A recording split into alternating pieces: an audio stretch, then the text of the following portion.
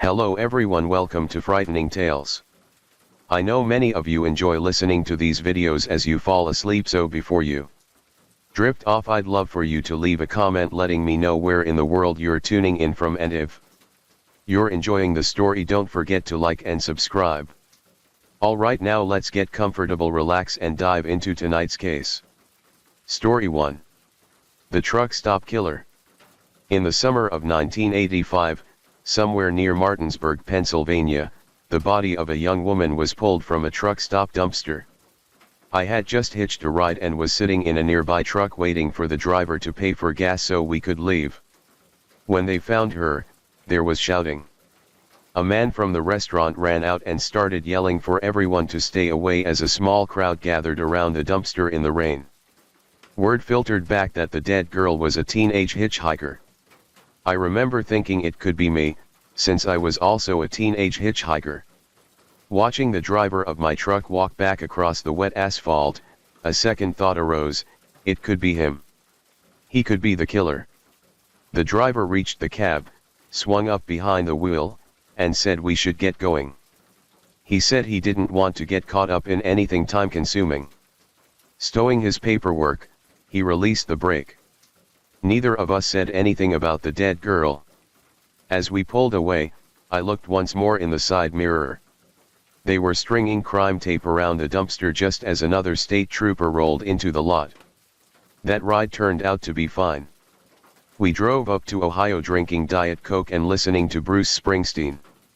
The trucker bought me lunch and didn't even try to have sex with me, which made him a prince in my world. Several days later, though, heading south on I-95 through the Carolinas, I got picked up by another trucker who was not fine. I don't remember much about him except that he was taller and leaner than most truckers and didn't wear jeans or t-shirts. He wore a cotton button-down with the sleeves rolled neatly up over his biceps and had the cleanest cab I ever saw. He must have seemed okay, or I wouldn't have gotten in the truck with him. Once out on the road, though, he changed. He stopped responding to my questions. His bearing shifted. He grew taller in his seat, and his face muscles relaxed into something both arrogant and blank. Then he started talking about the dead girl in the dumpster and asked me if I'd ever heard of the Laughing Death Society. We laugh at death, he told me.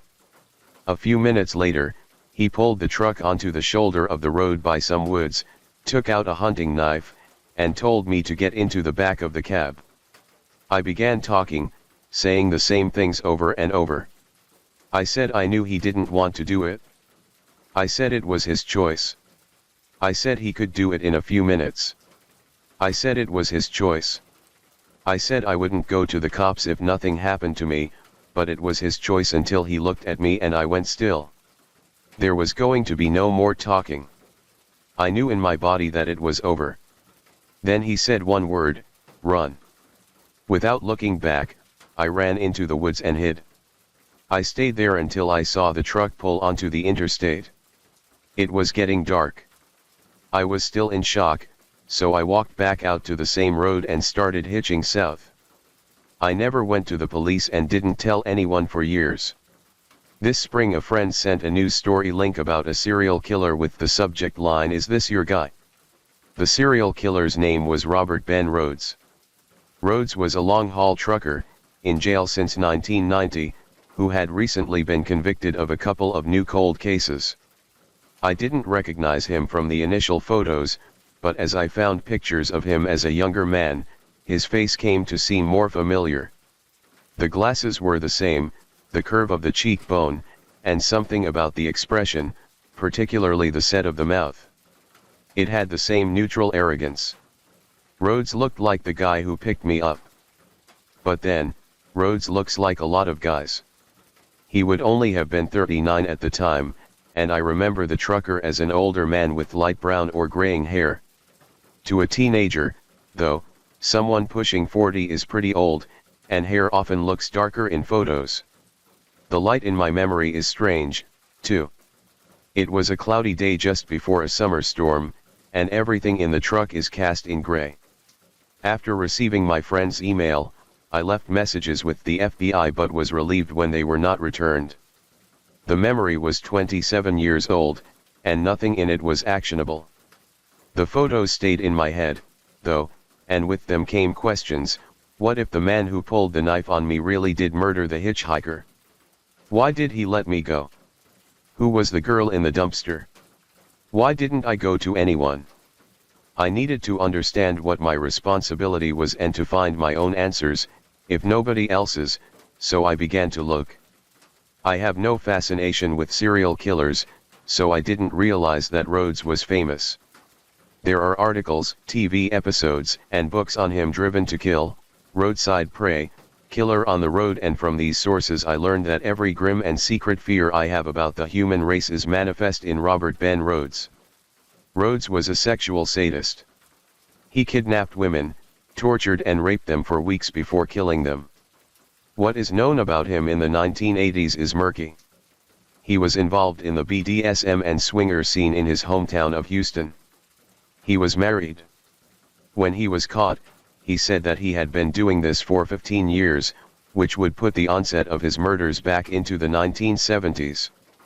His trucking logs place him in the area of 50 unsolved murders in the 3 years prior to his arrest alone. While not all 50 cases have been tied to Rhodes yet, and Rhodes himself has admitted to only 3 murders, the FBI has strong reason to believe that at his peak he was killing 1 to 3 women a month. Rhodes was first arrested when an Arizona state trooper found a screaming woman named Lisa Pennell * chained in the back of his cab. He was charged with kidnapping and assault.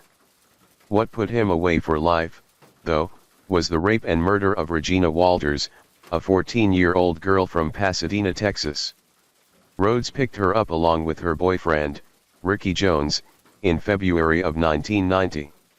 Jones was promptly killed, and his remains were discovered later in Mississippi.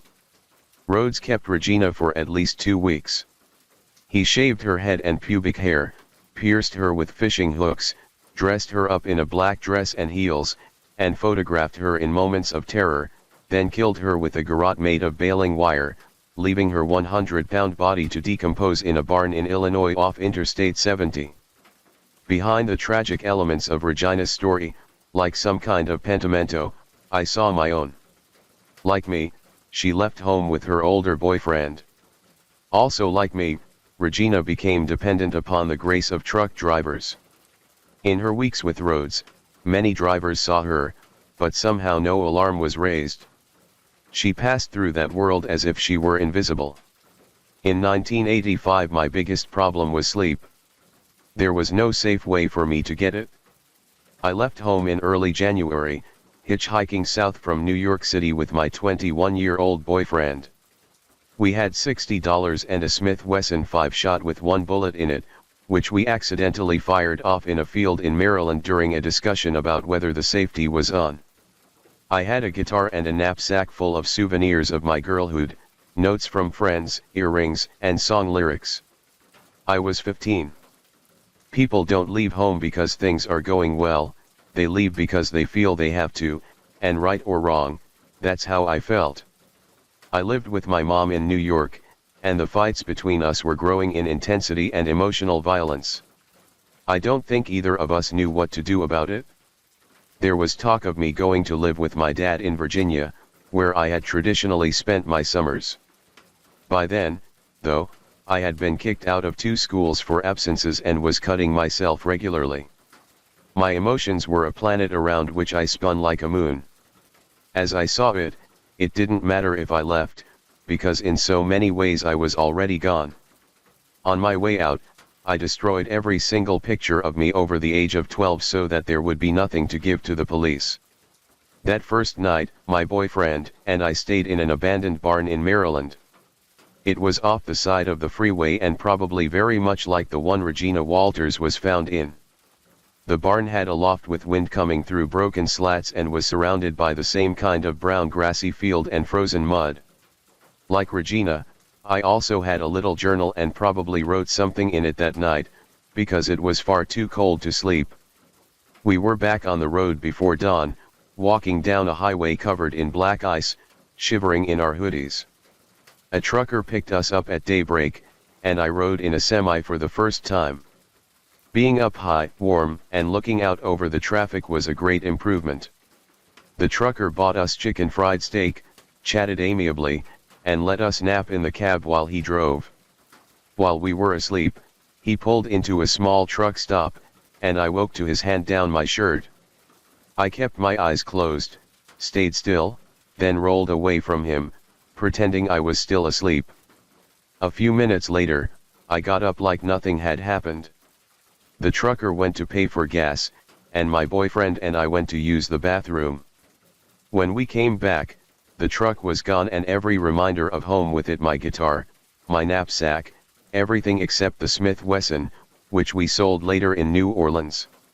That first ride was a preview of how it would often go for me with truckers dodging sex and getting stranded, but I had learned one crucial lesson: when a truck slows down, you get up.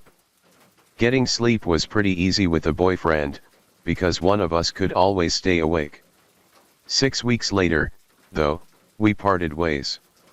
Somewhere in Arizona we had a fight in a gas station off I-10, and we each climbed into separate trucks, and that was it. I was on my own. Without fake ID, I couldn't stay in a shelter. Sleeping by myself on the street made me a target, and having sex with some creepy old guy for a spot on a mattress also held little appeal. So I went back to hitchhiking in circles and discovered a state of half-consciousness wherein I could be asleep and not asleep at the same time. I could rest but not dream. I could tell you the last 3 songs played on the radio if you asked, but only if you asked. If you didn't, I had no memory of them at all. I stuck to trucks because they were safer than cars. When you get in a truck at a truck stop, everyone notices. They chatter about it on the CB, and you are driving off in what amounts to a huge billboard advertising the name of the company. I needed visibility to stay alive. But it was also a dangerous form of brinksmanship, because if a trucker was going to cross the line, the higher stakes meant he was going to do it for real. There was a gap before that line, and most truckers wouldn't take it that far. I lived in that gap. Truck stops in the 1980s were closed worlds where what went on passed unnoticed on the outside. The stores were dimly lit and filled with smoke, radically different from the family travel plazas of today. Magazine porn often dominated the aisles, glossies like Hustler and Barely Legal, but also newsprint rags with cheap color covers. Bottles of isobutyl nitrite and rotgut aphrodisiacs like Locker Room and Spanish Fly crowded the counters by the register, along with the iconic bumper sticker "Ass, Gas, or Grass no one rides for free." Back then, though, my thoughts weren't on misogyny, they were on logistics. I needed to find rides and usually couldn't get into the restaurant. The general rule was that you were a prostitute until proven otherwise. And then you were still a prostitute. Waitresses were the first to kick you out.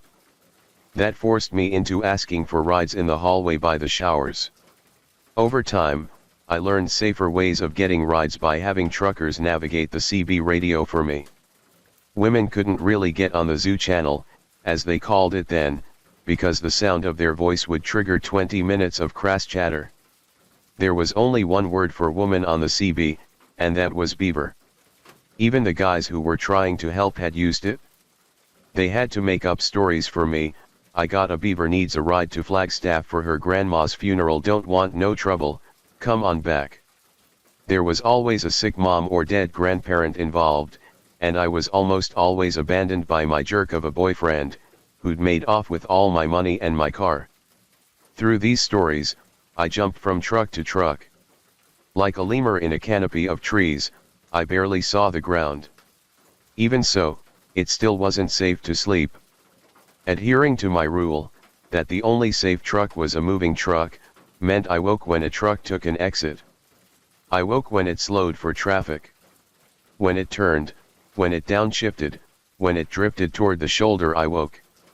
Wearing down from lack of sleep and trying to get a handle on my risk level, I began to work off a 1 to 5 scale of sexually aggressive behavior. You, the driver, kept your urges to yourself. You asked me to have sex and offered to pay. You told me I owed you sex for the ride and chicken fried steak and threatened to drop me off somewhere dangerous. You dropped me off somewhere dangerous. I had to jump when you slowed down because you were going to rape me. Most truckers occupied the middle of the scale, but the trucker who resembled Rhodes didn't have a place on it. Anybody who pulls a knife on you in an enclosed space like a truck is terrifying. But beyond that, it was the man's demeanor that was so chilling. He wasn't nervous, angry, or excited. He was grave and methodical, as if preparing to dress a deer. From reading about Rhodes, I knew that he preferred hitchhikers to prostitutes and specifically targeted runaways. I also knew the first thing he did was to get them into the back of his sleeper cab, which had anchor points for shackles. But I hadn't seen any shackles. I only saw the man with the knife. It has to be him, a friend said. How many of those guys could there be? According to the FBI, quite a few. In 2009 the feds went public with a program called the Highway Serial Killings Initiative in response to a rising number of dead bodies found along the interstates. Some of these were women left in dumpsters. Narrowing the field to those last seen around truck stops and rest areas, the Bureau counted over 500 bodies, almost all women. Of the 200 people on a suspect list, almost all of them were long-haul truckers. But nobody had to tell me that people like Rhodes killed people like me and got away with it. Going through the truck stops, I'd heard about women getting their throats slit or strangled. I'd heard of at least one who got hung up on a meat hook in the back of a refrigerated trailer because a trucker thought she'd given him VD. At night I listened to the voices of prostitutes on the CB, barely intelligible between streams of name-calling. Hello, honey. It's me, Sugar Bear, in Party Row. Anyone want to party? Lot lizards is what truckers call prostitutes who work truck stops, and since many drivers don't distinguish between hitchhikers and prostitutes, I was a lot lizard, too.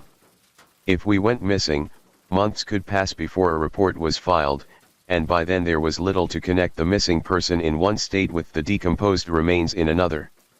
When the Illinois state trooper who was trying to identify the body of Regina Walters, the girl Rhodes left in that barn, put her forensic description out on the national teletype, he was totally unprepared for the response. He requested information on missing Caucasian females aged 13 to 15 years old who had disappeared 6 to 9 months earlier. He got over 900 matches. If there was any way to connect my story to Rhodes, it would be through the body of the girl in the dumpster. Records on her would provide a date and a place that could then be checked against Rhodes's trucking logs. To at least one of my questions, was Rhodes my guy, I'd have a clear answer, a simple yes or no.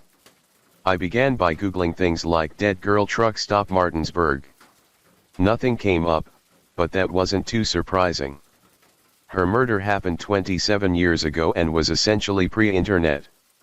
I pulled up a map of Martinsburg, Pennsylvania, and that's where things started to get hazy.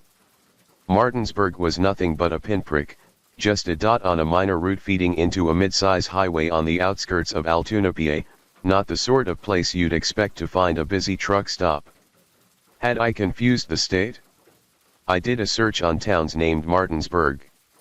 There were 7 within range: Indiana, Iowa, Ohio, Pennsylvania, Missouri, West Virginia, and New York, all less than a day's drive apart. A week before the girl was found in the dumpster, though, I'd gone to see my dad in Virginia. At the time, he was struggling himself, living with several other guys in a house where you flushed the toilet with a bucket of water and working what little construction there was in the county. I quickly realized I would have been nothing but a burden. The morning I left, I asked him to take me to the closest truck stop so I could get a ride going toward California.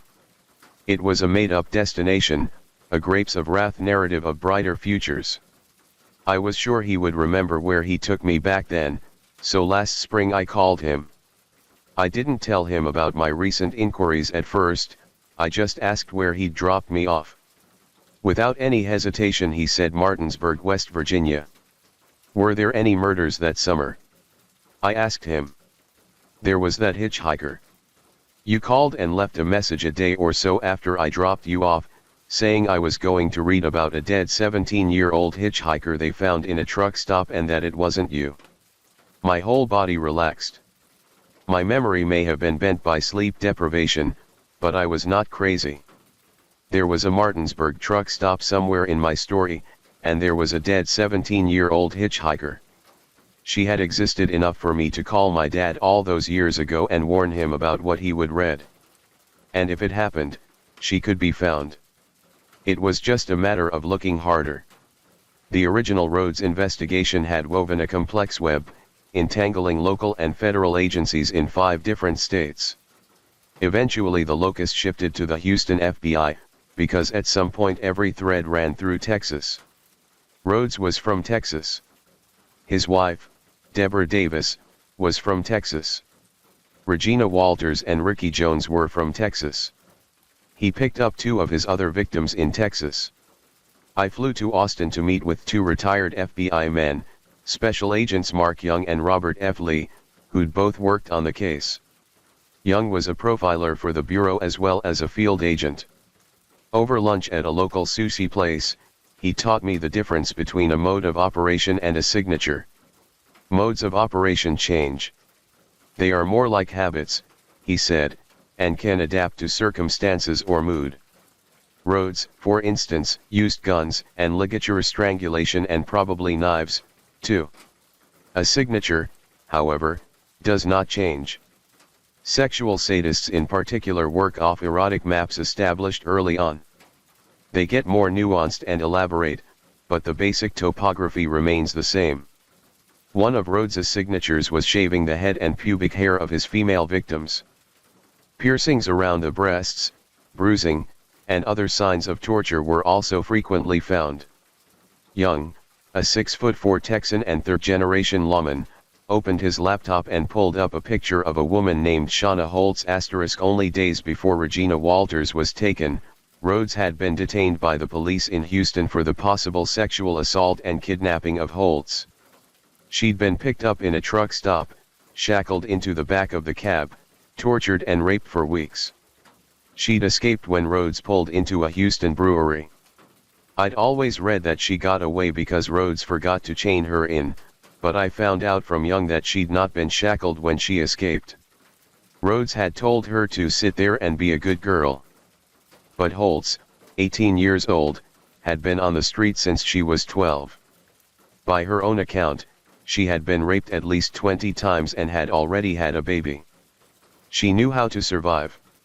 Whatever the man thought he had broken in her had already been broken and healed back stronger. She didn't do what he expected. She ran. She brought the police right back to Rhodes's truck but then balked at pressing charges, so they had to let him go. The story was that she was too scared, but I wondered if there was more. I looked at the picture on Young's computer. Shauna was a pretty girl with freckles and blank blue eyes. Her thick red blonde hair had been cropped close to her head with a knife or scissors and was now growing back. With all her freckles, she looked very Irish. Around her neck was a dog chain with a padlock attached to the ring that had been used to restrain her neck. But in the picture, with her inch-long hair and dog collar, she looked like a gutter punk, like any girl you might see in any university district. Young then showed me some photos of Rhodes in the 1980s that had come from his wife. In one, he relaxed on the grass in a park. The natural light brought his hair closer to the color I remembered, and, again, the side view heightened the key similarities, his cheekbone shape, glasses, the expression, but as I had learned from the echo chamber of Martinsburg's, memory is strange territory. By now papers and photographs were spread out all over the table, and Young was waiting for me to tell my story. Although I'd told it more in the preceding week than in the past 2 decades, I still wasn't used to doing it, and the nausea still came. One thing I always did, I told Young, was rifle through a trucker's cassette case as soon as we were out on the highway. This gave me a screen behind which to observe drivers when they thought I was distracted. It allowed me to pretend not to hear scary red flag comments so I could act dumb and get away later, and this is what I was doing that day, going through a tape case, chatting like an idiot and watching the driver, which is why I saw him change. I told Young about the Laughing Death Society. He'd never heard the phrase. I asked about the knife. Every trucker I ever met had a gun, so the knife seemed significant. He said a gun was about control but a knife is personal. I'd seen the page from Regina's little notebook on which Rhodes had drawn a picture of a gun and a huge dagger dripping blood next to the words "Ricky is a dead man." So was the trucker I met a true psychopath? I asked.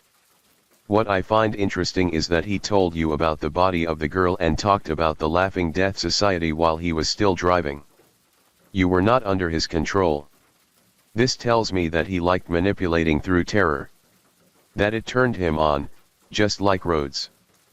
But a real serial killer wouldn't have let me go, right? I asked. Maybe he didn't think you'd run. Even at the time, I'd wondered if my running was part of the game. Rhodes was a great lover of games. His favorite book was Games People Play, wherein each social encounter is treated as a transaction or game. One game in the book is called Courtroom. Another is called Beat Me Daddy, another Frigid Woman. In that one, driven by penis envy, a woman's inner child taunts a man into seducing her so that she can be freed from guilt for her own sadistic fantasies. Games People Play was a Bible for Rhodes. He talked about it frequently and applied its ideas. In a letter to his wife on the subject of psychological games, he wrote, "I always told you there were 3 things you could do: play, pass, or run." The phrase play, pass, run is used twice in the letter. Reading it, I found it hard not to hear the man telling me to run. The more I learned about Rhodes, the more I saw parallels between us. While I was hitchhiking, he was driving. And while I was getting more adept at survival, he was getting more adept at killing. On the table in front of Young was a snapshot of Regina Walters that I hadn't seen, taken not very long before she was abducted. In it, she's sitting in the back seat of a car. The sun is coming down on her long hair, and she's laughing. She looks like any other skinny kid just out of middle school. She looks happy. The picture was given to Young by Regina's mom. Initially, agents had disagreed over whether the young girl on Rhodes's film was Regina. It was Agent Young who recognized the small gap in Regina's teeth and noticed that a few freckles were in the same place. Young pulled out one last picture and slid it across to me. The photo was of a beautiful young girl, possibly Native American. She was on the end of the roll with Regina, he said. She's shown sitting in Rhodes's truck wearing a gray hoodie. Her eyes are partly closed, as if she's stoned or sleepy. Rhodes must have just picked her up, because he hasn't cut her hair yet. It is glossy black and long. No one knows who she is. On the phone, Agent Robert F. Lee was civil and to the point but not overtly warm. I arrived at his door melting in the 100-degree heat. He welcomed me into his spacious living room. Tall and square-jawed, Lee looked like he could probably still tackle a bank robber. Behind him was a shoulder-high pink plastic castle. "Granddaughter," he said. On the couch beside me was a large pillow with the FBI seal. "That's from my old SWAT jacket." He grinned. "They don't use that emblem now. Looks too much like a target." The question of what you do with your old SWAT jacket when you retire had never entered my mind. Clearly the answer is, make a throw pillow. I got the sense Lee appreciated brevity, so I dispensed with small talk and went straight to my questions, but he stopped me. "I just want you to know," he said, looking me squarely in the eye, "that what Rhodes did to women, he did to women. You didn't do it?" Everything I expected from Bob Lee changed in that moment. I had not told him or anyone else how I felt about failing to go to the cops. These were my private feelings. The idea that I might have been responsible for what happened to girls like Regina was devastating, and Lee's directness startled me. It was a raw moment. So I told him the truth, which I had not told others, that I didn't say anything because I didn't think anyone would believe me. "Well," said Lee, sitting back after I finished, "you're probably right. Look at Lisa Pennell." Pennell was the woman chained into Rhodes's truck when they arrested him in Arizona. When rescued, She was wearing fuzzy lion slippers, talking secret prisons and being on a mission to see the president, just the kind of testimony that makes most detectives stop taking notes, since they're looking at someone who can't stand trial. Her statement was videotaped the night she was freed from Rhodes's truck. Lee still uses the tape when he trains police detectives in interrogation. He shows it and asks what they think is going on. Most say she's a prostitute and that it's a transaction gone bad. Between Pennell and Rhodes, it's Rhodes they believe. Of course, Lee says, Lisa was talking all sorts of crazy stuff. Microchips in her brain. Holes in the ozone layer. She was wearing those slippers, but she was telling the truth. I had a vision of Lisa Pennell as a truck stop collie roaming the back lots in her denim skirt and fuzzy slippers with an ozone hole for a halo.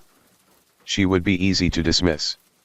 Rhodes intentionally chose women who lacked credibility. Sometimes, as with Shauna Holtz, the girl who had escaped in the brewery, the sense of not being credible was internalized. Lee told me that the final lines of Holtz's police statement read, "I don't see any good in filing charges. It's just going to be my word against his. If there was any evidence, I would file. I would file charges and sue him." It took me a second to understand those last sentences. What evidence was she lacking? She was found running naked, screaming down a street in Houston with DNA all over her body, her head and pubic hair shaved, still with his chain around her neck. How could she lack evidence? But I thought about what she'd said, it would just be my word against his, which was clearly followed by the unvoiced thought, and who is going to believe me? I could easily imagine my own teenage voice whispering those same words. The more I learned about Rhodes, the more I saw parallels between us. It wasn't lost on me that while I was hitchhiking and he was driving, we would both have struggled with some of the same challenges: sleep deprivation and the hypnotic dullness of going through identical locations over and over, a world constructed of boredom and violence. And while I was getting more adept at survival, he was very likely getting more adept at killing. We both had our own systems, our own rituals, and our own beliefs about what people were really like and how they acted under pressure. I'd put off writing Rhodes, mostly because I didn't want him to write me back. The time had come to do it anyway. Mark Young said Rhodes likes to feel like an expert and that I should ask him to educate me, so while writing my letter I used permissive language, saying I wanted him to teach me what I did right and what I did wrong when I was traveling. Knowing the capacity of his sadism made this unbearable. Rhodes didn't live a double life as much as a shadowed one. There's a picture of him in leather and chains that floats around the internet. It's actually from a Halloween party in Houston where he went as a slave, led on a chain by his wife, who was dressed as a dominatrix. Deborah Davis and Rhodes met in the early 80s at a Houston bar called Chip Kickers. Rhodes was dressed that night as an airline pilot, and it was months before Davis found out he wasn't one. The remarkable thing is that when she did, she didn't dump him. But Rhodes was cunning and highly charismatic. When the FBI extradited him to Illinois, he was able to get a phone number off a waitress while shackled hand and foot and wearing an orange prison suit. This obviously doesn't recommend the waitress's judgment, but at least some of the credit has to go to Rhodes. I finally got to Davis through Agent Young. He sent me a text just as I was leaving Texas saying that Debbie was ready to talk. I called as soon as I landed. Today, Davis lives in College Station, Texas, and her kids, the product of a previous marriage, are grown. She occasionally speaks on domestic violence at conferences and in classrooms at AM. She's tried to put the years with Rhodes behind her but still gets letters from him sporadically. Sometimes they're threatening, sometimes cajoling, but always manipulative. According to her, in the summer of 1985, Rhodes was driving for a trucking company based in Georgia that has an office right on I-95. I ran my story past her. When I got to the part about the sudden switch in his behavior, she got excited. "That's him. That's exactly like him," she said. She also said Rhodes often left his gun at home in the beginning and could have used a knife. There were other points where she saw similarities and would say, "That sounds like Bob," but these were less emphatic, and it was hard to tell what she really thought. Like Young and Lee, she had never heard of the Laughing Death Society, and since it had featured so strongly in my experience, I thought it salient. "Don't you think that fact starts to rule him out?" "Oh no, not at all," she said. Bob was fascinated by secret societies. Davis mentioned the case of Colleen Stan, a 21-year-old hitchhiker who had been kidnapped in 1977 by a couple who tortured her and kept her as a sex slave for 7 years while she slept in a box under their bed. Eventually she was left unbound. They kept her from running away by convincing her that a secret society called the Company would find her and bring her back.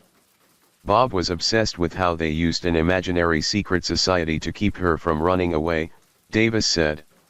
It made sense. As a true sexual sadist, Rhodes would have been interested in a level of submission requiring no chains. He'd told Shauna Holtz to sit there and be a good girl. Regina Walters had been seen in Chicago standing freely outside his truck in a public place. "Do you remember what he was wearing?" Davis asked quietly. She was the only person who asked me this, and of course I did. Or rather, I remember what he was not wearing. He was not wearing jeans. He was not wearing a t-shirt. He was not wearing flannel. His clothes were gray or blue, but that may have been the light. Deborah told me that Bob always wore matching Dickies, usually dark blue. He liked people to think he was in uniform, she said. The airline pilot's outfit came to mind. "Do you remember what his cab looked like?" "Meticulously clean." "That sure sounds like Bob.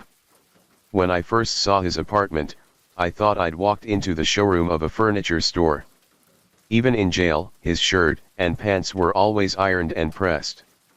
In Martinsburg, West Virginia, where the truck stop should be, is a massive Walmart stretching flat and endless along a parking lot the size of a lake. 5 years ago, the truck stop was demolished along with its restaurant. The only thing they neglected to take down is a website with the words Martinsburg Travel Center of America flashing like a beacon online. The whole thing seemed so uncanny. Everywhere I looked, evidence of these girls was disappearing. I hadn't been able to get a copy of Shauna Holtz's police report because I was told there was no official suspect. Lisa Pennell's full statement, it turned out, had been destroyed for file space. Now the whole Martinsburg truck stop had been swallowed by a Walmart supercenter. I knew from talking to the Martinsburg police that the truck stop had been under the jurisdiction of the Berkeley County Sheriff. I called the office. A chipper recorded voice told me to press 1 for TAS, press 2 for guns, all other callers stay on the line. I finally spoke to a woman and asked if they had a homicide record for a girl who may have been found in the Martinsburg truck stop during the summer of 1985. "We don't have any records," she told me. I thought she meant digitized. "I can come down," I said. "We don't have any records." In the 1990s, the Berkeley County Sheriff's Department's computer crashed and burned. The paper records had been destroyed for file space, and so nothing from the 1980s remained. I asked to speak to any senior officer who might have been there at the time. She told me there was only one and he had gone fishing.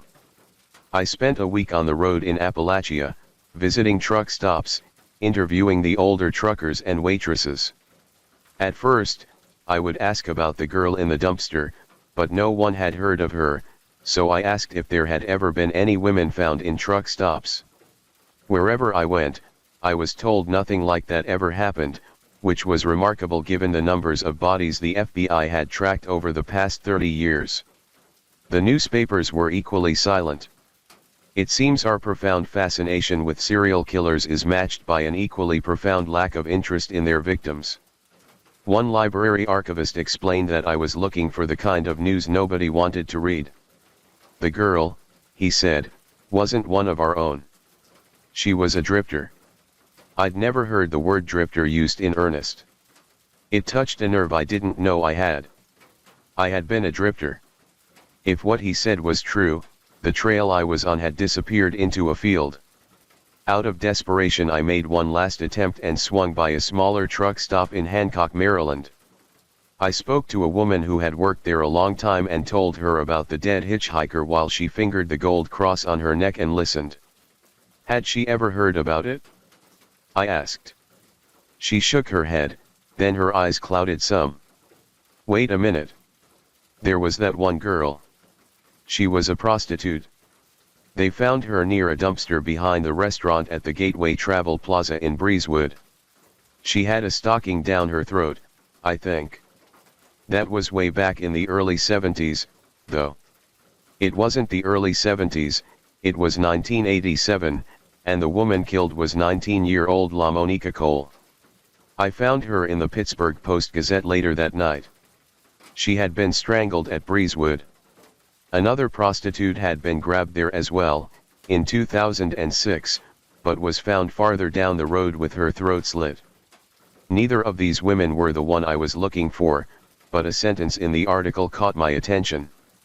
It said there had been a string of prostitute murders in truck stops in the area beginning in June of 1985, which was right on the edge of my time frame. The next morning, I drove to the Gateway Travel Plaza in Breezewood, Pennsylvania. I thought that maybe in a truck stop where known murders had occurred, people would be more forthcoming. Maybe they would remember something the others hadn't. I parked in front of the Family Travel Plaza, then walked back past a sign that read trucks only. The store for professional drivers was clean and quiet. I asked around until I found someone who had been there in 1985. It was a woman, probably in her mid-50s. She came over and gave me an open smile. I asked her the same questions I was asking everybody. Did you ever hear about a hitchhiker in a dumpster? No, she said. Did you ever hear of anything like that at all, in other times, any other bodies of women found along this stretch of I-70? I was in the one place where I knew for certain women had been found, one less than 100 yards away from where she was standing. No, she said, I never heard of anything like that anywhere. I remember being in the woods off I-95. I only ran about 100 yards before I turned and hid, because I didn't know if I was being chased. I crouched on netted twigs and breathed into my shirt to muffle the sound. Listening to her, it occurred to me that this investigation of mine wasn't a detective novel. It was a ghost story. The prisms of Regina Walters, Shauna Holtz, and Lisa Pennell refracted into a set of icons, one in the back seat of a car laughing as she leans on the headrest, one with the shorn red gold hair and an expression of resilience, one slightly crazy and ready to fight, each casting her own light, each a hologram of girlhood. Recently, the New Jersey State Supreme Court handed down a statement on memory, describing it as complex and often unreliable. The ruling went on to question the admissibility of eyewitness testimony. Human memory is not like a video recording, they said. And they're right. It's more like a set of still photos. I remember coming down through the Blue Ridge Mountains in a truck with its brakes on fire and dropping over Chester Gap in the middle of the night when it was still hot and the air was loud with the chirping of bugs. I remember sitting in the drizzle in a truck while the crime scene tape was strung around a dumpster. I remember driving around Ohio howling along with Bruce Springsteen and buzzed out of my brain on Diet Cokes and being sad that the ride ended because it was a safe one and I had almost been able to be myself for a second, but that second had passed. I remember a fuel island in the blue morning light and a driver with a white shirt that stood out like a flag, and taking the turn back east, then south, and a gray day just before a storm so pressurized my ears hurt. And I remember being in the woods off I-95. I only ran about 100 yards before I turned and hid, because I didn't know if I was being chased and needed to see. I crouched on netted twigs and breathed into my shirt to muffle the sound. The woods were blue in the gray light, which was either dusk or a coming storm. At the center of everything was my own breath. The birds went silent, and I didn't know what it meant. I watched the truck idle on the side of the road until it finally pulled off. One snowy night several months later, I was hitchhiking through Amherst, Massachusetts, and a car full of students from Hampshire College picked me up and let me stay with them. In the morning, they talked me into applying to the college. I was accepted, and that provided a thin strip of pride on which to stand while I made contact with my family. My mother was happy to pay for school. Being 16 and in college is an easier thing to talk about. It was a solution that worked for both of us and looked like redemption but didn't last. The dissonance between my emotional world and the one around me was still too great, and soon I left again, but in a more sanctioned way. I hitchhiked in Europe and settled in Vienna for a few years. I lived among artists in the Lower East Side squats. These are narratives we know. Unlike those of other young women on the road, my story was now recognizable. When I got home from West Virginia, a letter from Rhodes was waiting. It said he would see me if I promised never to say that I had seen him or what had passed between us. It was just the kind of promise a sexual predator or child molester would try to extract. He also wanted $500. I wrote him back and told him that journalistic standards wouldn't allow me to pay for interviews. I expected that to be the end of it, but I got another letter. Young was right. Rhodes liked to think of himself as an expert, and now Rhodes suggested he be paid as one. But an expert in what? I thought, killing. At the bottom of the yellow legal paper, scrawled in all caps, he wrote, "It wasn't me." I looked at the letter. He may be right, but certainly not because he's innocent. I imagined for a moment flying to Illinois. I go through the paperwork, get fingerprinted, and led through a channel of airlock doors into a room with him. He's there with his neatly pressed shirt and colossal arrogance. We do the interview, but I don't take notes. It doesn't matter what he says. After all, it's just going to be his word against mine. And who's going to believe him? That's where my fantasy ends, in a game of who is credible now.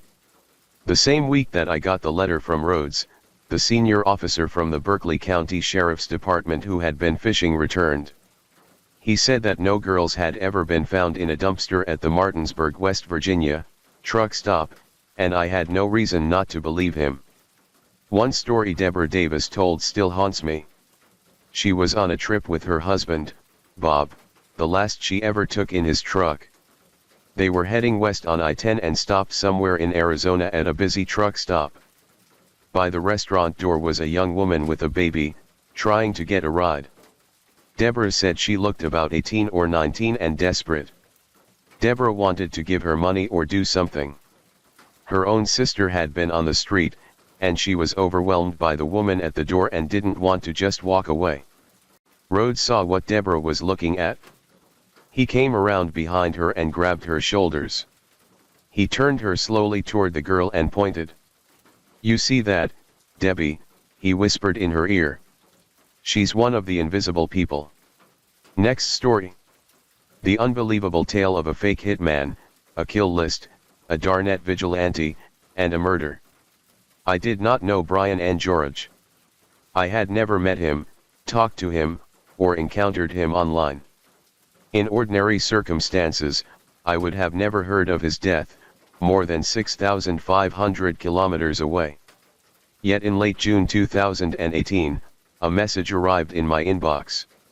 Its subject read, "Suicide, or murder." The email contained a link to a web page showing unequivocally that someone wanted Brian dead. On May 29, a person calling themselves Tunbib had exchanged messages with someone they thought was a mafia capo renting hitman on the dark web. Tunbib had sent a picture of Angeorge in a suit, lifted from a school yearbook, and an address in Indiana where Angeorge, a soldier, who usually resided at a military base in Kentucky, would stay for a few days. He will only be in location from June 1, 2018 June 11, Tunbib wrote. They paid about $5,500 in Bitcoin for the hit. The day after, Tunbib started chasing the presumed capo for an answer, which took some more time to arrive. "I will assign an operative to your job and it will be done in about a week, is this okay? I will get back to you shortly with an estimated date," the capo wrote on June 1. Tunbib never answered. On June 9, Brian N. George was found with a fatal gunshot wound to the head, near a baseball field in Clarksville, Indiana. His death was recorded as a suicide. There are no hitmen in this story. There are no sharply dressed assassins screwing silencers onto their Glocks, no operatives assigned, nor capos directing them. There is a website, though, a succession of websites, to be precise, where all those things are made out to be true. Some people fall for it. Looking for a hitman, they download Tor, a browser that uses encryption and a complex relaying system to ensure anonymity, and allows them to access the dark web, where the website exists. Under false names, the website's users complete a form to request a murder. They throw hundreds of bitcoins into the website's digital purse. The website's admin is scamming them, no assassination is ever executed. The admin would dole out a hail of lies for why hits had been delayed, and keep the bitcoins. But, elsewhere, someone called Chris Monteiro has been disrupting the website's operations for years, triggering its admin's wrath.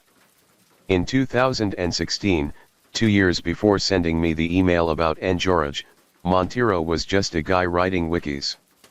A tall man in his 30s with thick sable hair, a short beard and deep-set, dark eyes, Monteiro is a man of weird pastimes. By day, he worked as a computer system administrator for a London-based firm. By night, he turned on a 6-screen desktop computer in his South London flat and spent hours plumbing the depth of the internet. He called himself a cybercrime and niche topic internet researcher. He was into transhumanism, the internet-based movement advocating for human enhancement and immortality. He gave talks about the politics of sci-fi, using a slightly slurred patter. He knew a great deal about credit card fraud. But his passion was the dark web. This was the perfect environment for scammers, impenetrable to search engines and rife with illegality. Online forums crawled with references to sentient ace lurking in the dark web, live streaming websites showing people being slaughtered in red rooms, or dark web pages revealing the secret of the Illuminati. This weird fringe of the internet, it's one of the toughest areas to seek truth, Monteiro says. In 2015, Monteiro started running the r/deepweb subreddit, a front row on the day-to-day happenings of the online netherworld. He documented his findings on his blog, pirate.london, and on online encyclopedias, such as Wikipedia and anti-pseudoscience website Rational Wiki. He made it his mission to kill urban legends. He contributed to Wikipedia's articles on the dark web and darknet market, and created Rational Wiki's pages about red rooms and runaway ace. He also wrote Rational Wiki's article about internet assassination. The rumor that you could hire a contract killer on the dark web in exchange for Bitcoin had been around since the early 2010s.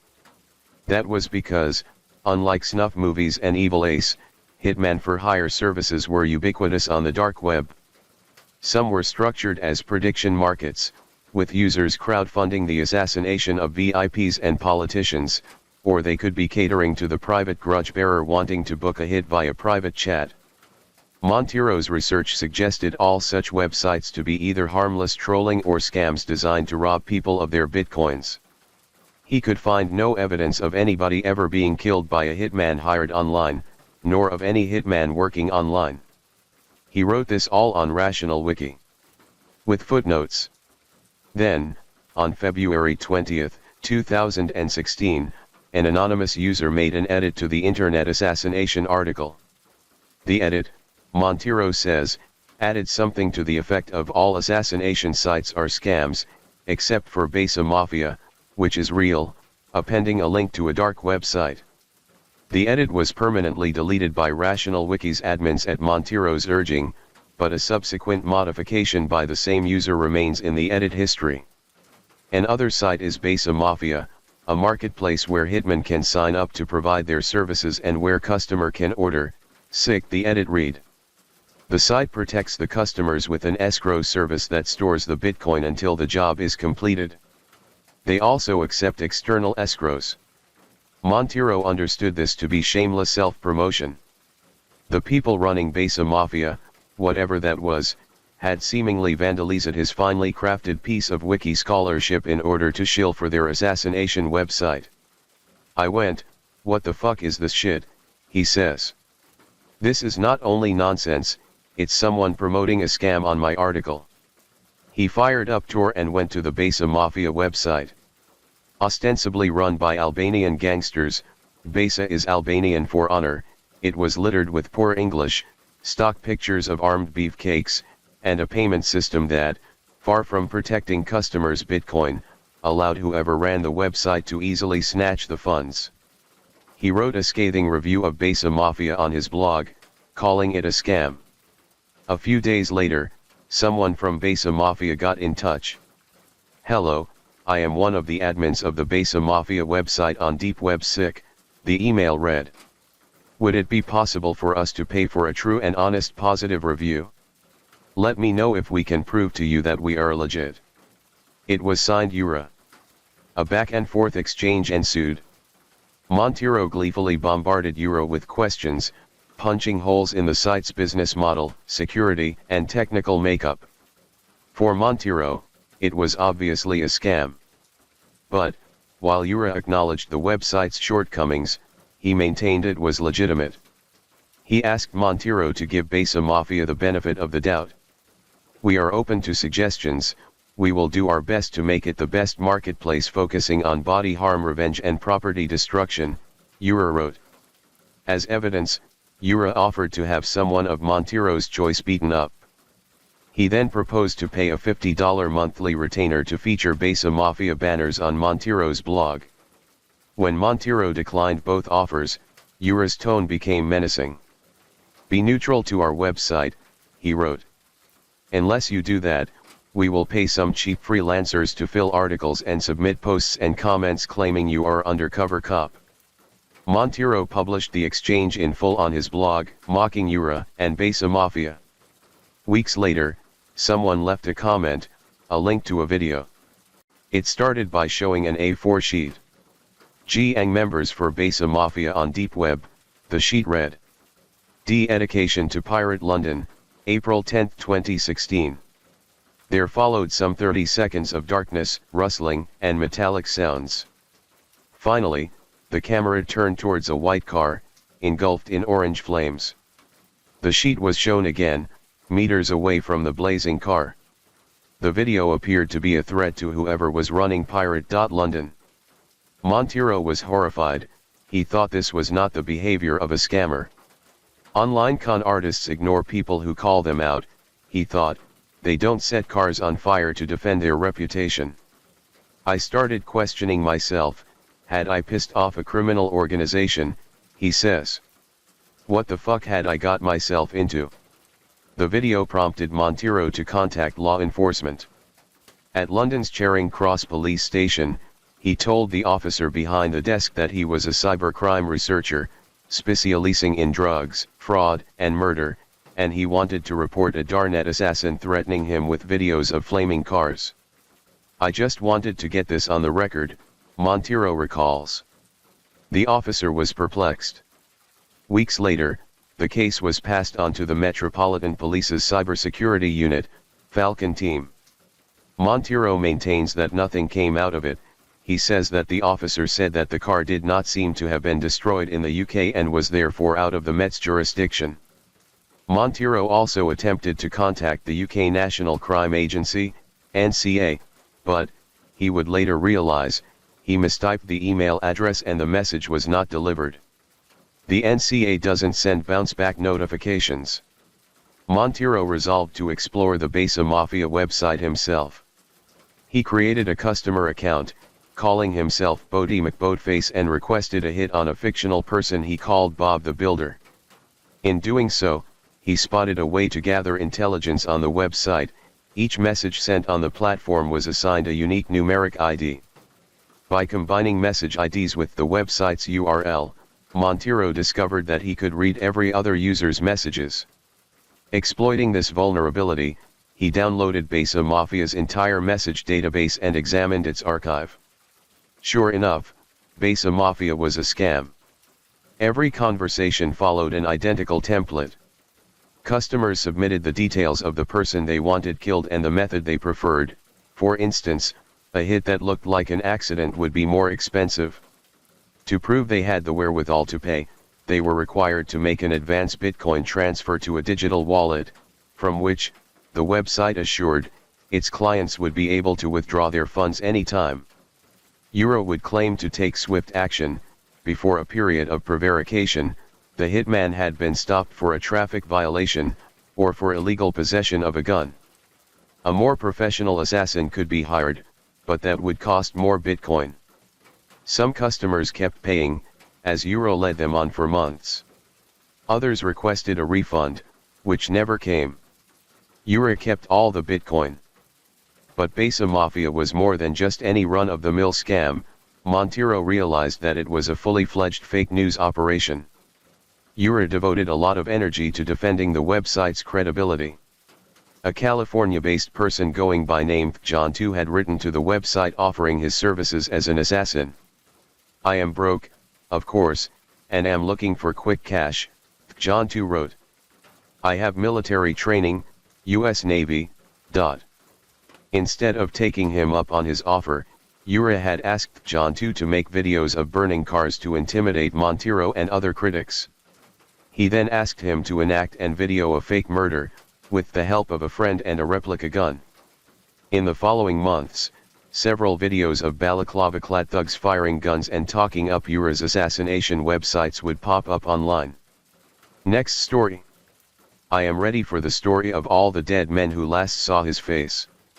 As I drank coffee and tried to frame questions in my mind, a crime reporter in Juarez was cut down beside his 8-year-old daughter as they sat in his car letting it warm up.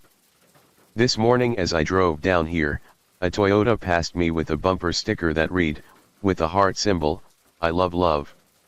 This morning I tried to remember how I got to this rendezvous. I was in a distant city and a man told me of the killer and how he had hidden him. He said at first he feared him, but he was so useful. He would clean everything and cook all the time and get on his hands and knees and polish his shoes. I took him on as a favor, he explained. I said, "I want him. I want to put him on paper." And so I came. The man I wait for insists, "You don't know me. No one can forgive me for what I did." He has pride in his hard work. The good killers make a very tight pattern through the driver's door. They do not spray rounds everywhere in the vehicle, no, they make a tight pattern right through the door and into the driver's chest. The reporter who died received just such a pattern, 10 rounds from a 9mm, and not a single bullet came near his 8-year-old daughter. I wait. I admire craftsmanship. The first call comes at 9 o'clock and says to expect the next call at 10:05. So I drive 50 miles and wait. The call at 10:05 says to wait until 11:30. The call at 11:30 does not come, and so I wait and wait. Next door is a game store frequented by men seeking power over a virtual world. Inside the coffee shop, it is all calculated calm and everything is clean.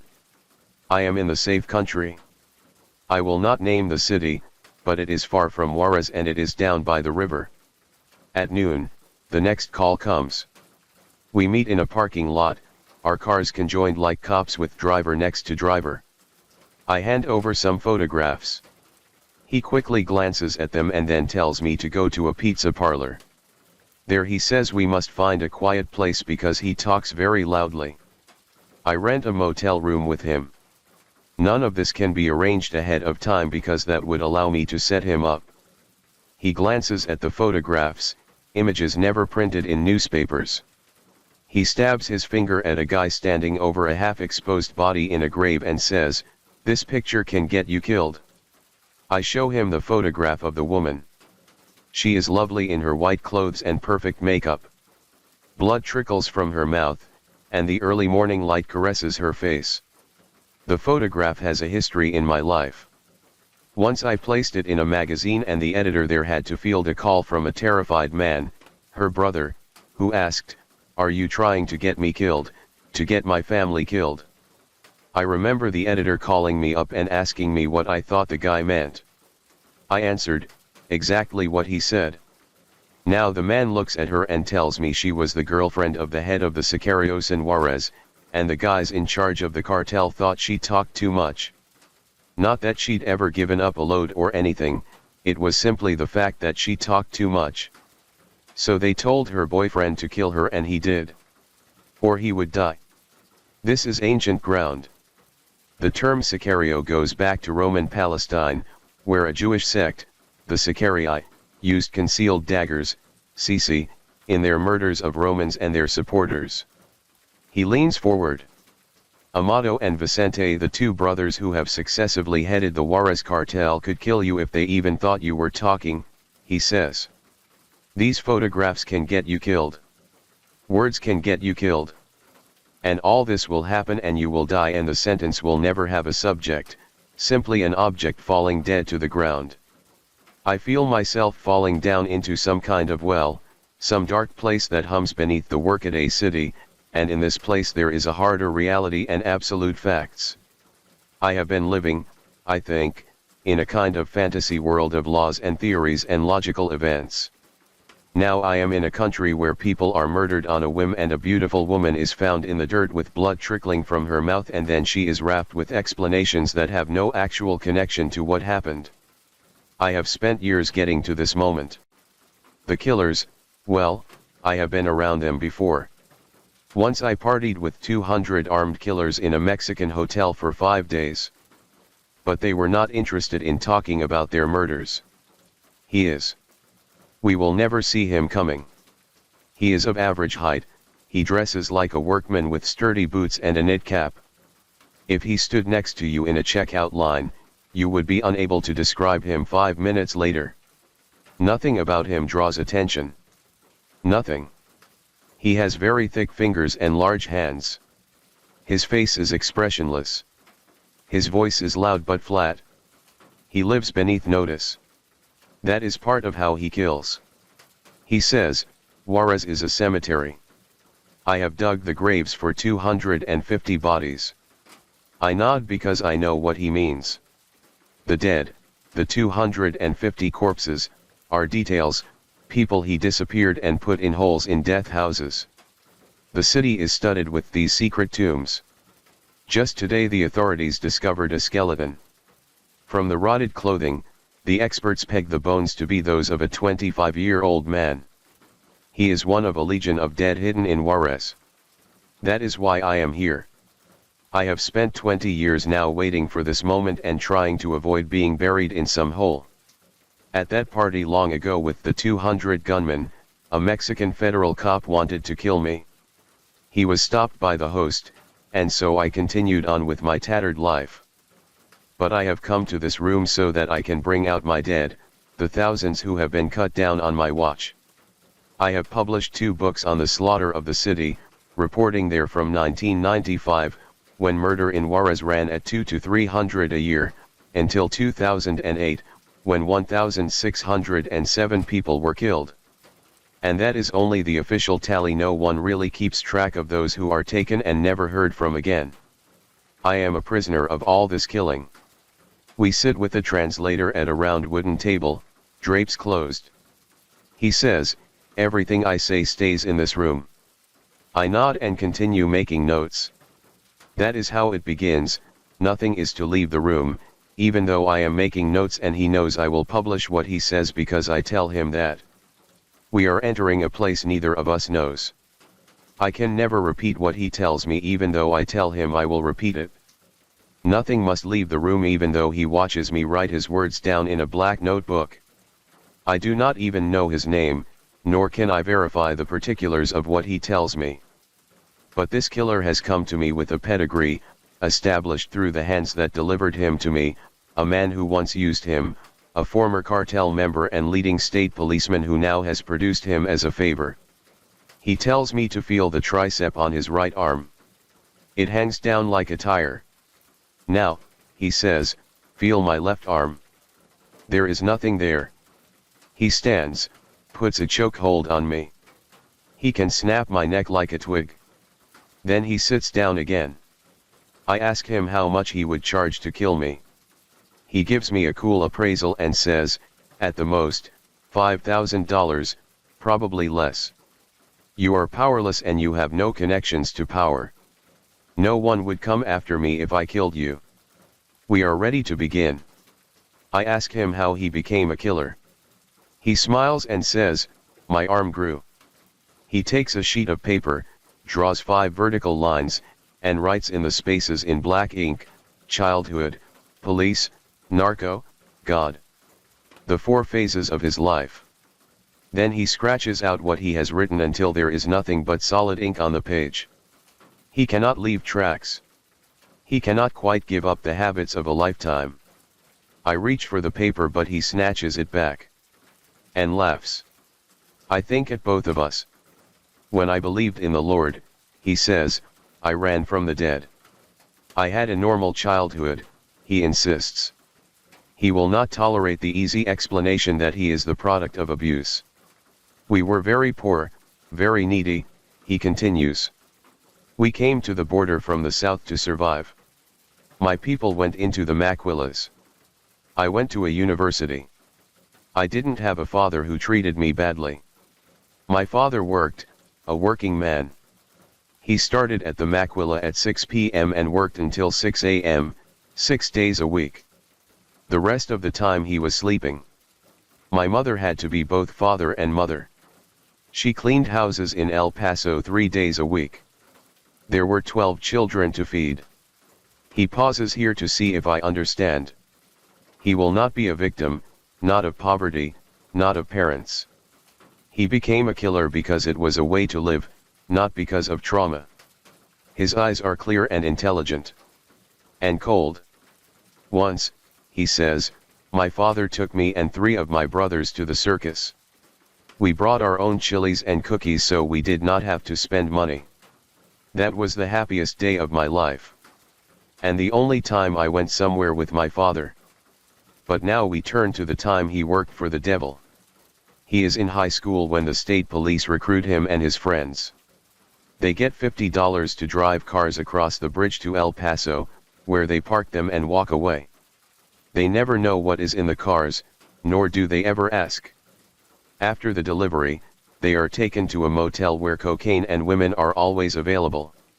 He drops out of the university because he has no money. And then the police dip into his set of friends who have been moving drugs for them to El Paso. And send them to the police academy. In his own case, because he is only 17, the mayor of Juarez has to intervene to get him into the academy. We were paid about 150 pesos a month as cadets, he says, but we got a bonus of $1,000 a month that came from El Paso. Every day, liquor and drugs came to the academy for parties. Each weekend, we bribed the guards and went to El Paso. I was sent to the FBI school in the United States and taught how to detect drugs, guns, and stolen vehicles. The training was very good. After graduation, no one in the various departments really wanted him because he was too young, but U.S. law enforcement insisted he be given a command position. And so he was. I commanded 8 people, he continues. 2 were honest and good. The other 6 were into drugs and kidnapping. 2 units of the state police in Juarez specialized in kidnapping, and his was one such unit. The official assignment of both units was to stop kidnapping. In reality, one unit would kidnap the person and then hand the victim over to the other unit to be killed, a procedure less time-consuming than guarding the victim until the ransom was paid. Sometimes they would feign discovering the body a few days after the abduction. That was the orderly Juarez he once knew. Then in July 1997, Amado Carrillo Fuentes, the head of the Juarez cartel, died. This was an earthquake. Order broke down. The payments to the state police from an account in the United States ended. And each unit had to fend for itself. I have no real idea how and when I became a sicario, he says. At first, I picked up people and handed them over to killers. And then my arm began to grow because I strangled people. I could earn $20,000 a killing. Before Carrillo's death, cocaine was not easy for him to get in Juarez because if you cut open a kilo, you died. So he and his crew would cross the bridge to El Paso and score. He is by now running a crew of kidnappers and killers. He is working for a cartel that stores tons of cocaine in Juarez warehouses, and he must enter the United States to get his drugs. That changed after Carrillo's death. Soon he was deep into cocaine, amphetamines, and liquor and would stay up for a week. He also acquired his skill set: strangulation, killing with a knife, killing with a gun, car-to-car barrages, torture, kidnapping, and simply disappearing people and burying them in holes. He mentions the case of Victor Manuel Oropeza, a doctor who wrote a column for the newspaper. He linked the police and the drug world. He was knifed to death in his office in 1991. The people who killed him taught me. Sicarios are not born, they are made. He became a new man in a new world. In the eyes of the US government, the Mexican drug industry is very organized, its cartels structured like corporations, perhaps with periodic meetings. But on the ground with the Sicario, there is no structure.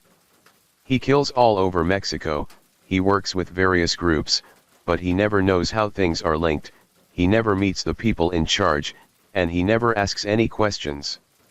And so he visits the various outposts of this underground empire, but does so without any map and with no directory of the management. He is in a cell and can betray only the handful of people in his cell.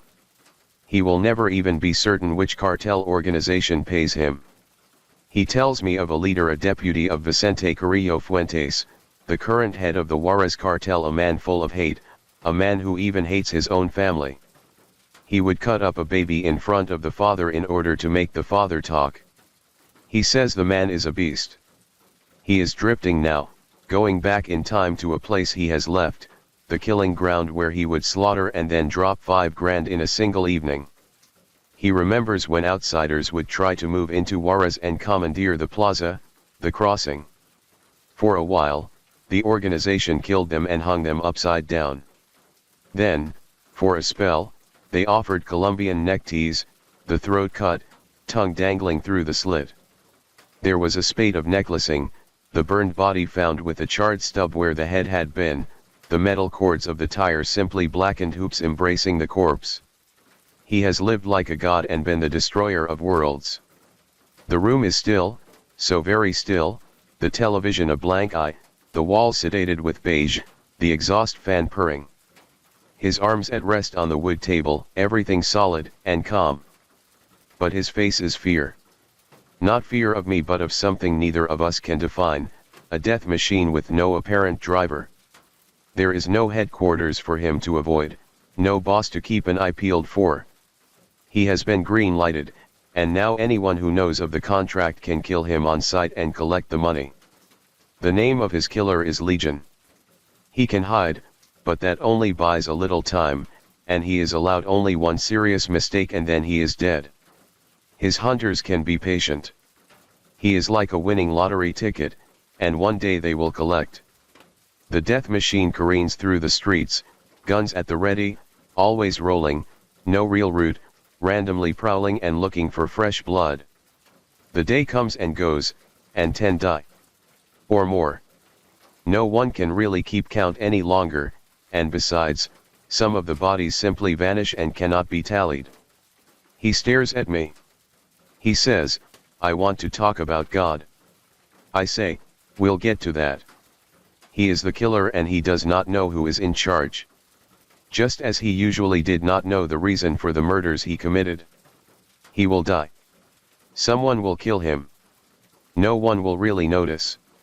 No place is safe, he knows that fact. A family in the States owed some money on a deal, so a 14-year-old son and his friend were snatched and taken back over. The man killed them with a broken bottle, then drank a glass of their blood. He knows things like that. Because of what he has done. He knows that crossing the bridge is easy because he has crossed it so many times.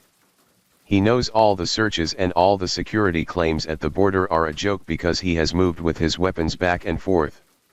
He knows that everything has been penetrated, that nothing can be trusted, not even the solid feel of the wooden table.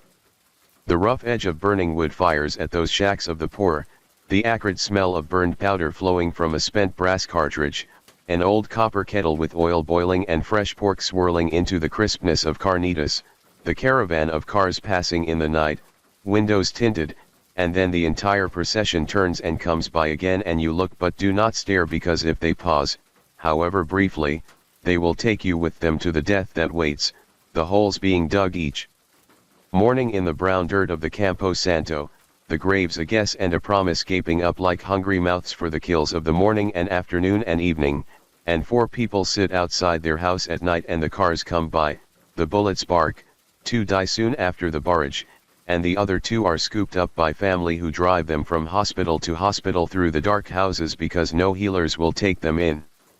The killers have a way of following their prey into the emergency rooms in order to finish the work. His arms are on the wooden table as Juarez wafts across our faces, and we do not speak of this fact. I cannot explain the draw of the city that gives death but makes everyone feel life. Nor can he. So we do not speak but simply note this fact with our silence. We are both trying to return to some person we imagine we once were, the person before the killings, before the torture, before the fear. He wants to live without the power of life and death, and wonders if he can endure being without the money. I want to obliterate memory, to be in a world where I do not know of sicarios and think of dinner and not of fresh corpses decorating the calles. We have followed different paths and wound up in the same plaza, and now we sit and talk and wonder how we will ever get home. I crossed the river about 20 years ago. I can't be exact about the date because I am still not sure what crossing really means, except that you never come back. I just know I crossed and now I stumble on some distant shore. It is like killing. I ask him, tell me about your first killing, and he says he can't remember, and I know that he is not telling the truth and I know that he is not lying. Sometimes you cannot reach it. You open that drawer, and your hand is paralyzed and you cannot reach it. It is right in front of you but still you cannot reach it, and so you say you don't remember. He has a green pen, a notebook. He has printouts from the internet, mainly things about me.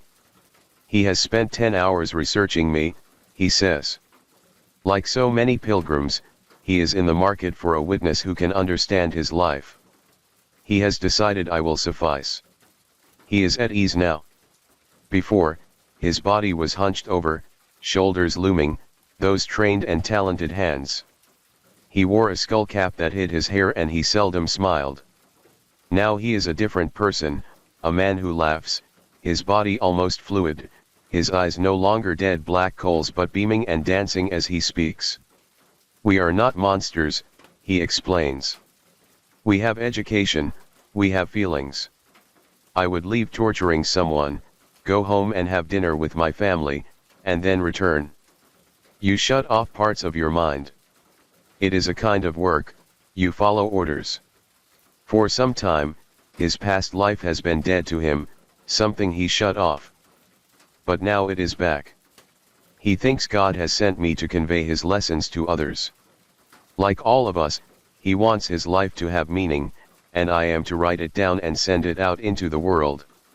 Of course, he must be careful.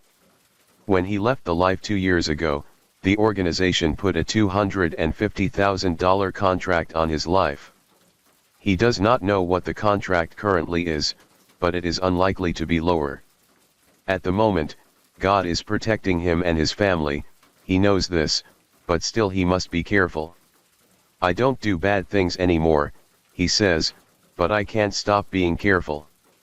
It is a habit I have. That's how I ensure security for myself. They killed me twice, you know. And he lifts his shirt to show me 2 groupings of bullet holes in his belly from separate times when he took rounds from an AK-47. I was in a coma for a while, he continues. I weighed 290 pounds when I went into the hospital, a narco hospital, and I shrank to 120 pounds. It was all a mistake. The organization believed he had leaked information on the killing of a newspaper columnist, but it turned out the actual informant had been the guy paid to tap phones. So he was killed and they apologized to me and paid for a month's vacation in Mazatlan with women, drugs, and liquor. I was about 24 then. He sips his coffee. He is ready to begin. He notes that when I asked him earlier about his first killing, he said he couldn't really remember because he used so much cocaine and drank so much alcohol back then. That was a lie. He remembers quite well. The first person I killed, well, we were state policemen doing a patrol, he says. They called my partner on his cell phone and told him the person we were looking for was in a mall. So we went and got him and put him in the car. Two guys get in the car, identify the target, and leave. They are people paying for the murder. He and his partner use the police code for a homicide. When the number 39 is spoken, it means to kill the person. The guy they have picked up has lost 10 kilos of cocaine, drugs that belong to the other two men. His partner drives, and he gets in back with the victim. The target says that he gave the drugs to someone else. At that moment his partner says, 39, and so he instantly kills him. It was like automatic, he explains. They drive around for hours with the body and they drink. Finally, they go to an industrial park, pry off a manhole, and throw the body in the sewer. For his work, he gets an ounce of coke, a bottle of whiskey, and $1,000. They told me I had passed the test. I was 18.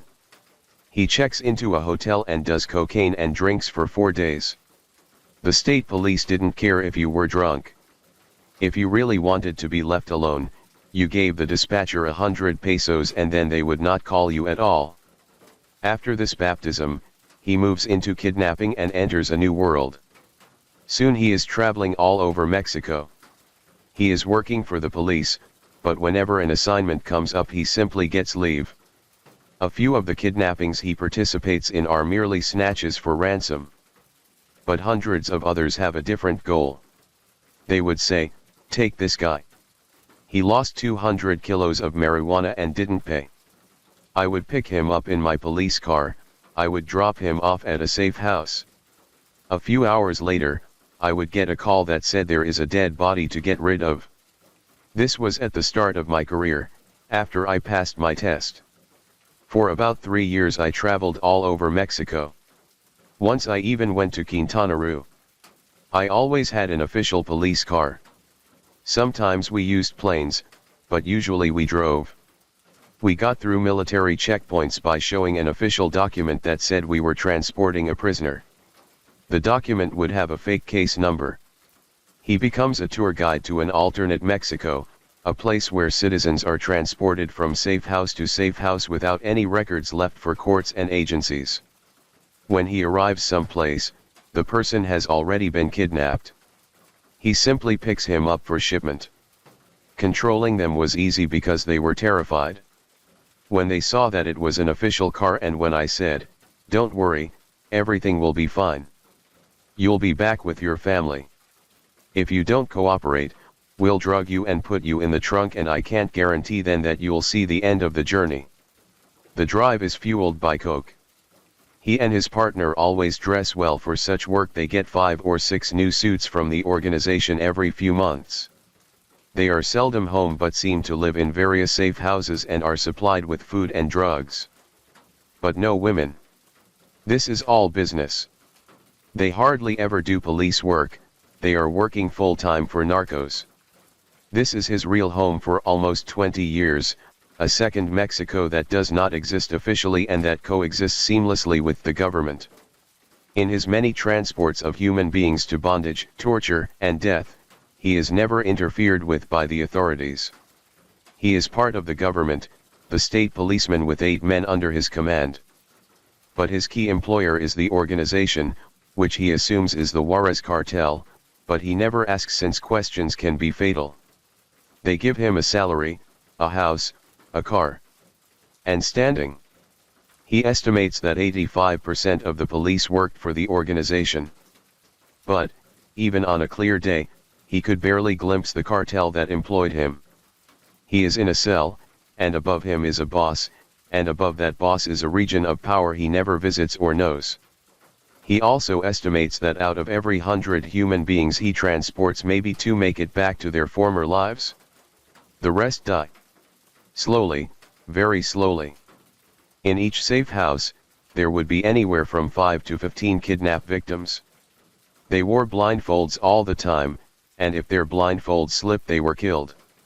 At times, they would be put in a chair facing a television, their eyes would be briefly uncovered, and they would watch videos of their children going to school, their wives shopping, the family at church. They would see the world they had left behind, and they would know this world would vanish, be destroyed, if they did not come through with the money. The neighbors never complained about the safe houses. They would see all the police cars parked in front and remain silent. They might owe $1 million, but when the work was finished they would pay everything, their entire fortunes, and maybe, just maybe, the wife would be left with a house and a car. People would be held for up to 2 years. They were beaten after they were fed, and so they learned to associate food with pain. Once in a great while, the order would come down to release a prisoner. They would be taken to a park blindfolded, told to count to 50 before they opened their eyes. Even at this moment of freedom, they would weep because they no longer believed it possible for them to be released and still expected to be murdered. Sometimes, he says, prisoners who had been held for months would be allowed to remove the blindfolds so they could clean the safe house. After a while, they began to think they were part of the organization, and they identified with the guards who beat them. They would even make up songs about their experiences as prisoners, and they would tell us of all the fine things they would make sure we got when they were released. Sometimes after beating them badly, we would send their families videos of them and they would be pleading, saying, "Give them everything." And then the order would come down and they would be killed. Payment to the organization would always be made in a different city from where the prisoner was held. Everything in the organization was compartmentalized. Often he would stay in a safe house for weeks and never speak to a prisoner or know who they were. It did not matter. They were products and he was a worker following orders. No matter how much the family paid, the prisoner almost always died. When the family had been sucked dry of money, the prisoner had no value. And besides, he could betray the organization. So death was logical and inevitable. He pauses in his account. He wants it understood that he is now similar to the prisoners he tortured and killed. He is outside the organization, he is a threat to the organization, and everyone who is no longer of use to the boss dies. He is now the floating man remembering when he was firmly anchored in his world.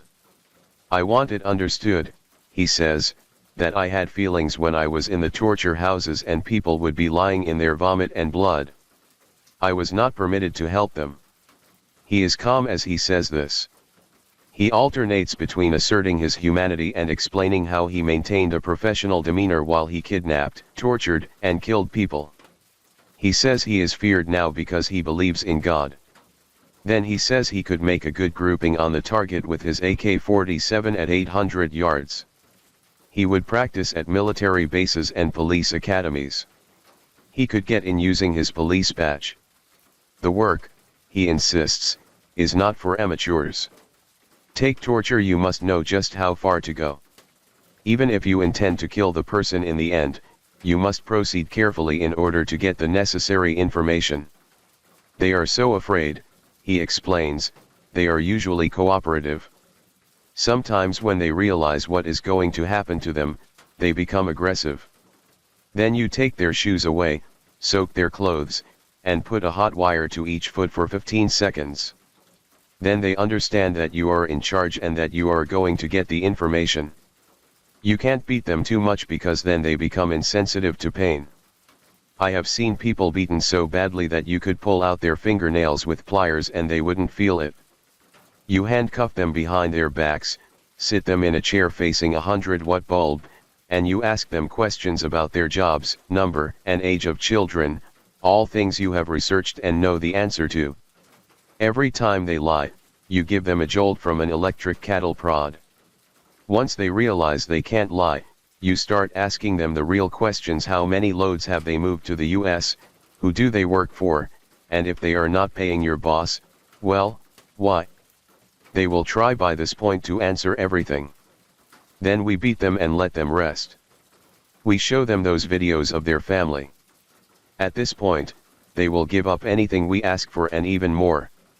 Now you have the advantage, and you use this new information to hit warehouses and steal loads, to round up other people they work with, and then you video their families and begin the process again. You know the families will not likely go to the police because they know the guy is in a bad business. But if they do tell the police, we instantly know because we work with the police. We're part of the anti-kidnapping unit. Sometimes the people kidnapped are killed instantly because, after we take their jewelry and cars, they are worthless. Such goods are divided up within the unit, among 5 to 8 people. The hardest thing is when you kill them because then you must dig a hole to bury them. There are 2 mistakes most people make. They don't pay whoever controls the plaza, the city. Or they dreamed of being bigger than the boss. But none of this really matters because he never asks why people are kidnapped, nor who they really are. They are simply product and he is simply a worker. Their screams are simply the background noise to the task at hand. Just as calming them or transporting them is simply part of the job. There is a second category of kidnapping, one he finds almost embarrassing. Someone's wife is having an affair with her personal trainer, so you pick up the trainer and kill him. Or a guy has a hot woman and some other guy wants her, so you kill the boyfriend to get the woman for him. I received my orders, he says, and I had to kill them. The bosses didn't know what the limits were. If they want a woman, they get her. If they want a car, they get it. They have no limits. He resents people who like to kill. They are not professional. Real sicarios kill for money. But there are people who kill for fun. People will say, I haven't killed anyone for a week. So they'll go out and kill someone. This kind of person does not belong in organized crime. They're crazy. If you discover such a person in your unit, you kill him. The people you really want to recruit are police or ex-police trained killers. All this is a sore point for him. The slaughter now going on in Juarez offends him because too many of the killings are done by amateurs, by kids imitating sicarios. He is appalled by the number of bullets used in a single execution. It shows a lack of training and skill. In a real hit, the burst goes right where the lock is on the door because such rounds will penetrate the driver's torso with a killing shot. Twice he was stymied by armored vehicles, but the solution is a burst of full-jacketed rounds in a tight pattern. This will gouge through the armor. A hit should take no more than a minute. Even his hardest jobs against armored cars took under 3 minutes. A real sicario, he notes, does not kill women or children. Unless the women are informants for the DEA or the FBI. Here, he must show me. A proper execution requires planning. First, the eyes study the target for days, usually at least a week. His schedule at home is noted, when he gets up, when he leaves for work, when he comes home, everything about his routines in his domestic life is recorded by the eyes. Then the mind takes over. He studies the man's habits in the city itself, his day at work, where he lunches, where he drinks, how often he visits his mistress and where she lives and what her habits are. Between the eyes and the mind a portrait is possible. Now there is a meeting of the crew, which is 6 to 8 people. There will be 2 police cars with officers and 2 other cars with sicarios. A street will be selected for the hit, one that can easily be blocked off. Timing will be carefully worked out, and the hit will take place within a half-dozen blocks of a safe house, an easy matter since there are so many in the city. He picks up a pen and starts drawing. The lead car will be police. Then will come a car full of sicarios. Then the car driven by the target. This is followed by another car of sicarios. And then, bringing up the rear, another police car. During the execution, the eyes will watch and the mind will man the radios. When the target enters the block selected for the murder, the lead police car will pivot and block the street, the first sicario will slow, the second car of sicarios behind the target will pull up beside him and shoot him, the final police car will block the end of the street. All this should take less than 30 seconds. One man will get out and give a coup de grace to the bullet-riddled victim. Then all will disperse. The car with the killers will go to the safe house and leave their vehicle in a garage. It will be taken to a garage owned by the organization, repainted, and then sold on one of the organization's lots. The killers themselves will pick up a clean car at the safe house, and often they return to the scene of the murder to see that everything has gone well. He sketches this with exactness, each rectangle neatly drawn to delineate a car, and the target's car is filled in and blooms on the page with green ink. Arrows indicate how each vehicle will move. It is like an equation on a chalkboard. He leans back from his toil and on his face is almost the look of a job well done. This is how a real sicario performs his work. In the ideal hit, no target is left alive. Should any in the group be injured, they go to one of the organization's hospitals. If you can buy a governor, you can buy a hospital. I never knew the names of the people I was involved with, he continues. There was a person who directed our group and he knew everything. But if your job is to execute people, that is all you do. You don't know the reasons or names. I would be in a safe house with the kidnapped for a month and never speak to them. Then, if I was told to kill them, I would. We would take them to the place where they would be killed, take off their clothes. We would kill them exactly the way we were ordered, a bullet to the neck, acid on the bodies. There would be cases where you would be killing someone, strangling them, and they would stop breathing, and you would get a call, don't kill them, and so you would have to know how to resuscitate them or we would be killed because the boss never makes a mistake. Everything is contained and sealed. For a while they used crazy kids to steal cars for the work, but the kids, about 40 of them, got too arrogant, talking and selling drugs in the nightclubs. This violated an agreement with the governor of Chihuahua to keep the city quiet. So one night around 10 years ago, 50 police, and 150 guys from the organization who were to ensure the job was done, rounded up all the kids on Avenida Juarez. They were not tortured. They were killed with a single headshot and buried in one hole. No, he smiles at me. I will not tell you where that hole is. He has trouble remembering some things. I would get up in the morning and do a line, he explains, then have a glass of whiskey. Then I would go to lunch. I would never sleep more than a few hours, little naps. It is hard to sleep during a time of war. Even if my eyes were closed, I was alert. I slept with a loaded AK-47 on one side, a .38 on the other. The safeties were always off. Do I know of the death houses? He asks. It would take a book to do the death houses. After all, I know where 600 bodies are buried in safe houses in Juarez. There is one death house they have never revealed that I know has 56 bodies. Just as there is a rancho where the officials say they found 2 bodies, but I know that rancho has 32 corpses. If the police really investigated, they would find bodies. But obviously, you cannot trust the police. He especially wants to know what I know about the 2 death houses uncovered last winter. I say one had 9 bodies, the other 36. No, he insists, the second one had 38, 2 of them women. He carefully draws me the layout of this second death house.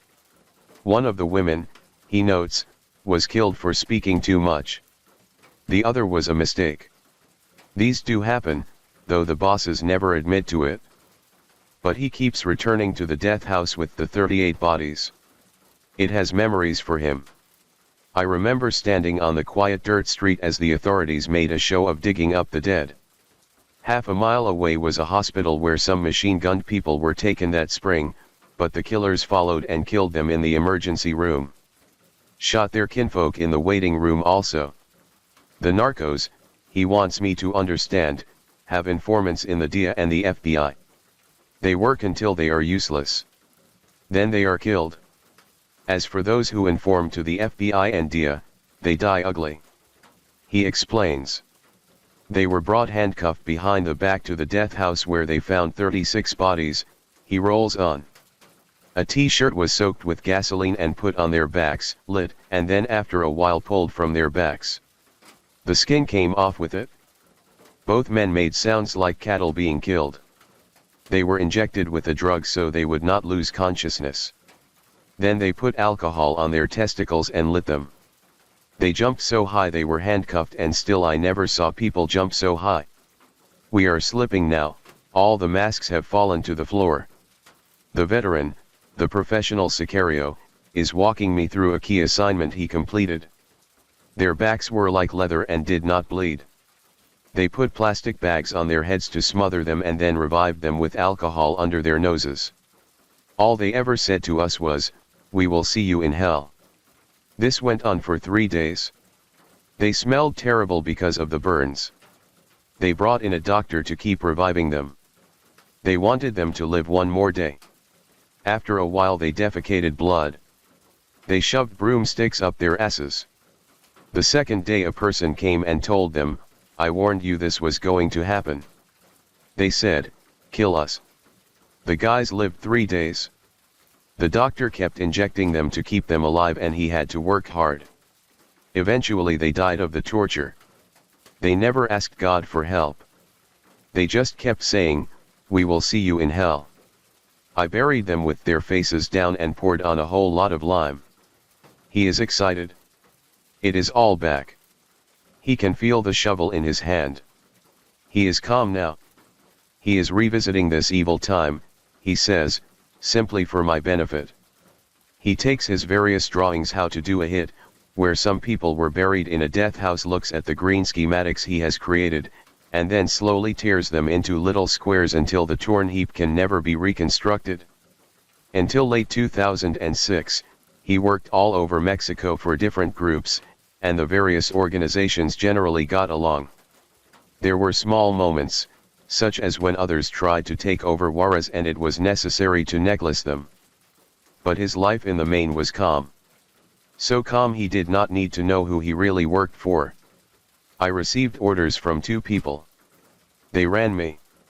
I never knew which cartel I worked for. Now there is Vicente Carrillo against Chapo Guzman, that is, Joaquin Guzman Lora, head of Mexico's largest cartel. But I never met any bosses, so when the war started around 2006, I did not know which one I did the killing for. And orders could cross from one group to another. I am living in a cell and I simply take orders. In 30 minutes in Juarez, 60 well-trained and heavily armed men can assemble in 30 cars and circulate as a show of force. Then, at my level, we began to get orders to kill each other. He is kidnapped but let go after an hour. This unsettles him, and he begins to think about escaping his life. But that is not a simple matter, since if you leave you are murdered. As the war escalates, he begins to distance himself from people he knows and works with. He tries to fade away. By this time, a third of the people he knows have been killed. They were seen as useless and then killed. He doesn't know the boss, he is still not even sure who his boss is. He drinks at home. The streets are too dangerous. New people arrive and he does not know them. He is not safe. So he flees. He confides in a friend, who betrays him. He pauses at this point. He knows he is guilty of a fatal error.